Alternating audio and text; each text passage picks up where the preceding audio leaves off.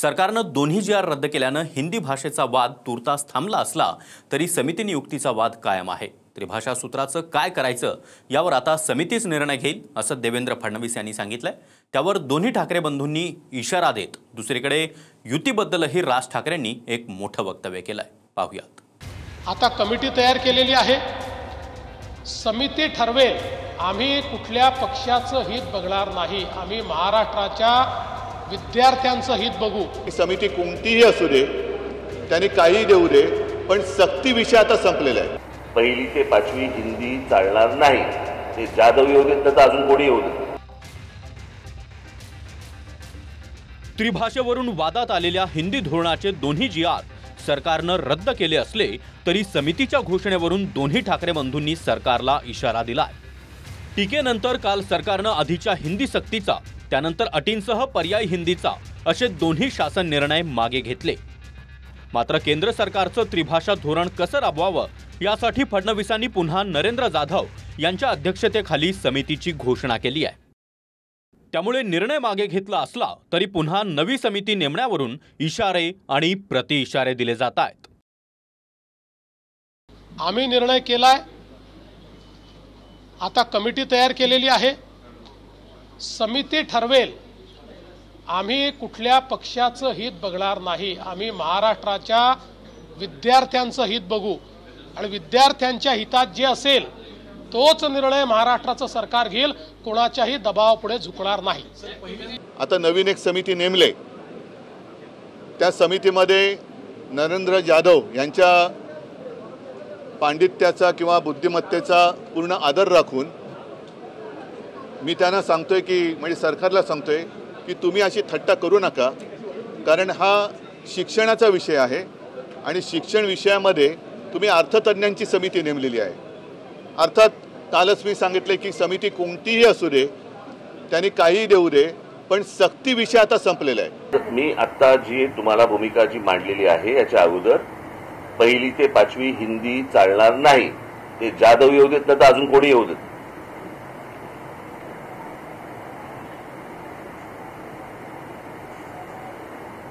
कळलं का?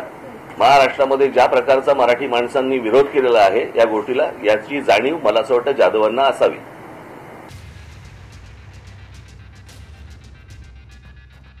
दरम्यान अनेक वर्षांनी ज्या दोन पक्षांना मराठीचा मुद्दा जवळ आणू शकला नाही त्यांना हिंदीच्या धोरणानं जवळ आणल्याचं दिसतंय।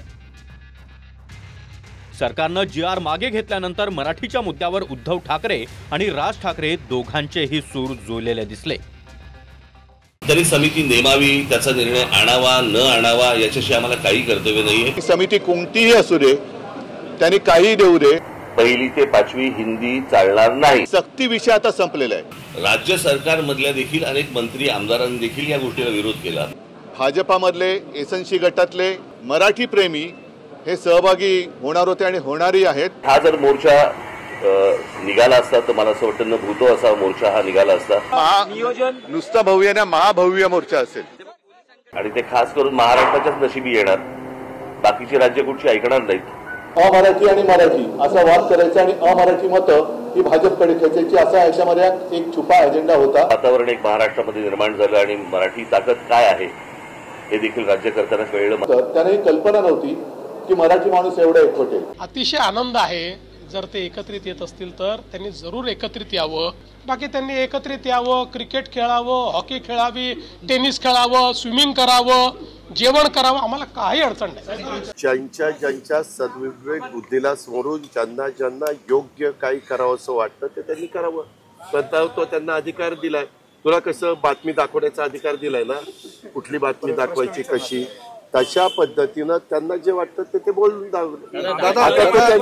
तो त्यांचा वैयक्तिक प्रश्न आहे, त्याला मी कसं काय उत्तर। आता दोन ठाकरेंना जर एकत्रित यायचं आहे तर ते या मुद्द्यावर सुद्धा येतील, कदाचित आणखीन दुसऱ्या मुद्द्यावर सुद्धा येतील, आणि यायचं जर नसेल तर आता काय आणि मग काय फरक पडणार नाही। आणि एक लक्षात घ्या, तुम्ही जे म्हणता दोन ठाकरे एकत्र दोन मोर्चे एकत्र घ्यायचं ठरलं होतं।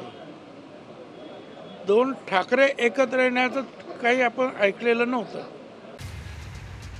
दरम्यान विजय मोर्चाला पक्षाचं लेबल लावू नका, युती आघाड्यांचा विचार निवडणुकांवेळी करू असं उत्तर दोन्ही ठाकरेंच्या युतीवर राज ठाकरे यांनी दिलंय.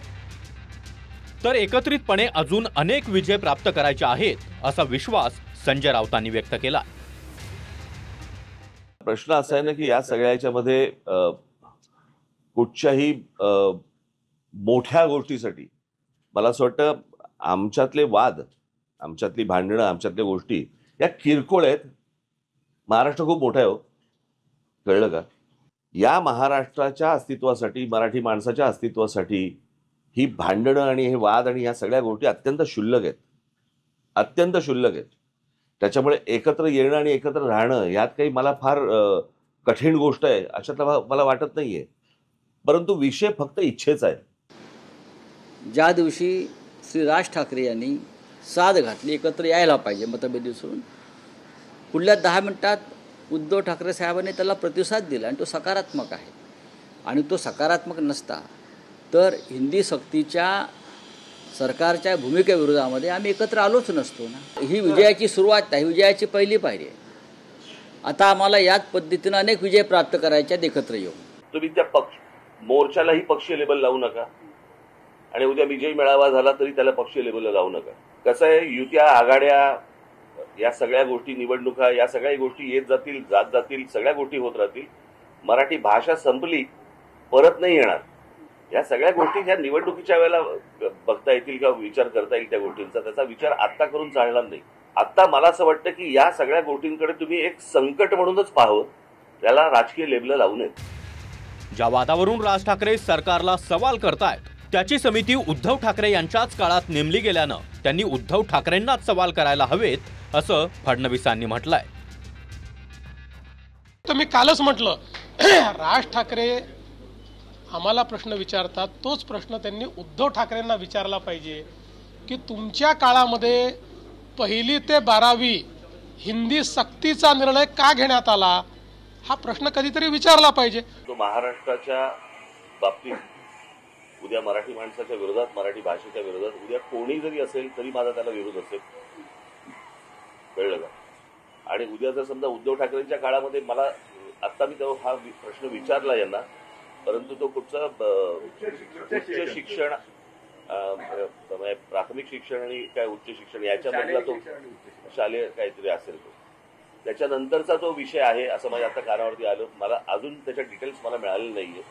माझी विनंती हीच राहील महाराष्ट्रातल्या प्रत्येक राजकीय नेत्याला की मराठी महाराष्ट्र या विषयावरती, मराठी भाषा या विषयावरती कोणतीही कोणाहीकडनं, आमच्याकडनं तर होणारच नाही, पण तडजोड होता कामा नये. मुळामध्ये ही समिती नेमली होती ती उच्च शिक्षणासाठी आणि उदय सामंत त्यावेळेला उच्च शिक्षणाचे मंत्री होते.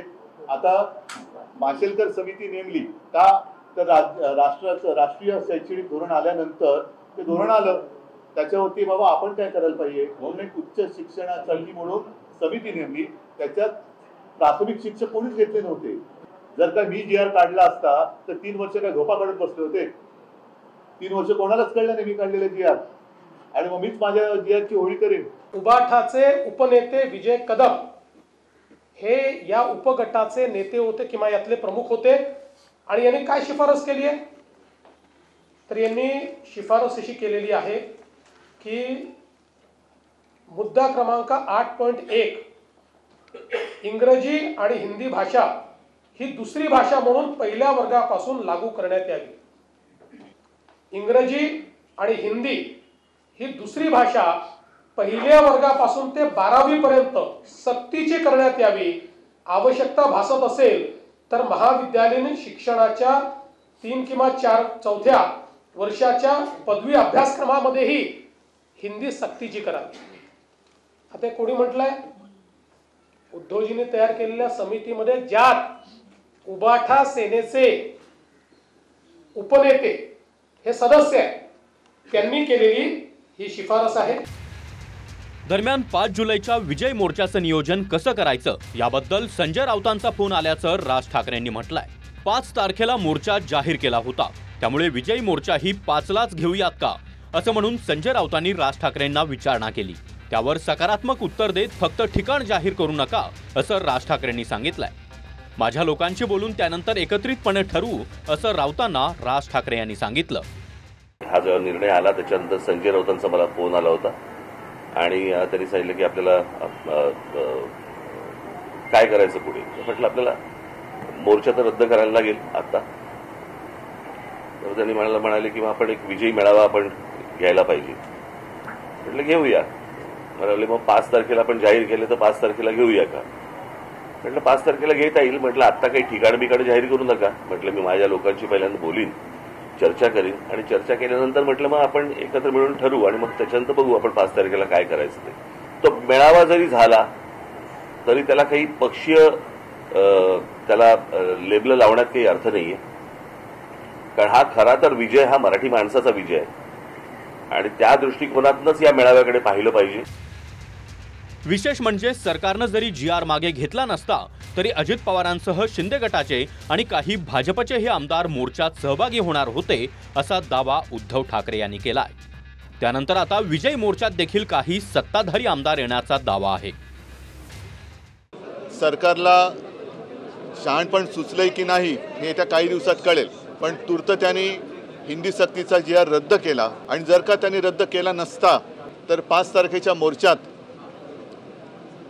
आता सुद्धा येणारच आहेत. पण अगदी भाजपामधले SNC गटातले अजित पवार गटातले अनेक मराठी प्रेमी हे सहभागी होणार होते आणि होणारही आहेत. त्यांना सुद्धा मी खास धन्यवाद देतोय की मातृभाषेचं प्रेम हे पक्षाच्या पलीकडे असलं पाहिजे. राज्य सरकारमधल्या देखील अनेक मंत्री आमदारांनी देखील या गोष्टीला विरोध केला. मला वाटतं अजित पवारांनी देखील या गोष्टीला विरोध केला. ही गोष्ट आपण लक्षात घेतली पाहिजे ना. या संदर्भात जर मराठी भाषेच्या संदर्भात स्वाभिमानानं मराठी माणूस एकवटला असेल तर त्याचं स्वागत उपमुख्यमंत्री अजितदादांनी केलं, त्याचं स्वागत आम्ही केलं. मी स्वतः ठरवलं होतं की मोर्चामध्ये सहभागी व्हायचं. सरकारने दोन्ही GR मागे घेतल्यानंतर हा वाद तुर्तास तरी शांत झालाय. मात्र फडणवीसांनी पुन्हा समिती नेमण्याचं सांगितल्यानं त्यावरून इशारे दिले जात आहेत. काल हिंदी भाषेसाठी सरकार इतका अट्टहास का करत होतं आणि यासाठी सरकारवर नक्की कुठून दबाव होता हे मात्र अजून गूढ असल्याचं राज ठाकरेंनी म्हटलंय. त्यावर यामागे सर्वेसर्वा देवेंद्र फडणवीस असून नागपूरच्या रेशीम बागेतून सर्व सूत्र हलत होती असा दावा काँग्रेस प्रदेशाध्यक्ष हर्षवर्धन सपकाळ यांनी केलाय. त्यावर फडणवीसांनी नया है वह असं म्हणत हर्षवर्धन सपकाळ यांना उत्तर दिलाय. दादा भुसे यांना काही याच्या संदर्भातली माहिती नव्हती. हा त्यांच्या खांद्यावर बंदूक ठेवून चालवलेली ही गोळी होती. यामध्ये सर्व जे होते ते देवेंद्र फडणवीस होते आणि देवेंद्र फडणवीस आणि तो जो काही अधिकारी होता रेघोट्यावार हे कतपुतली होते. नागपूरच्या रेशीम बागातून याची सर्व सूत्र हालत होती आणि 2 उपमुख्यमंत्री जे आहेत हे केवळ बघ्याची भूमिका घेत होते. दोघांनाही या निर्णयात कुठेही विश्वासात घेतला गेला नाही. किंबहुना यांना देखील याची सगळी माहिती नव्हती. एकला चलो रे हे मुख्यमंत्र्यांचं जे धोरण आहे ते या निमित्तानं स्पष्ट झाल्याचं आपल्याला सर्वांच्या लक्षात येईल. हर्षवर्धन काय नाव त्यांचं सपकाळ त्यांच्याबद्दल मी एवढंच म्हणेल नया है वो, नया है वो. Bureau report TV9 Marathi.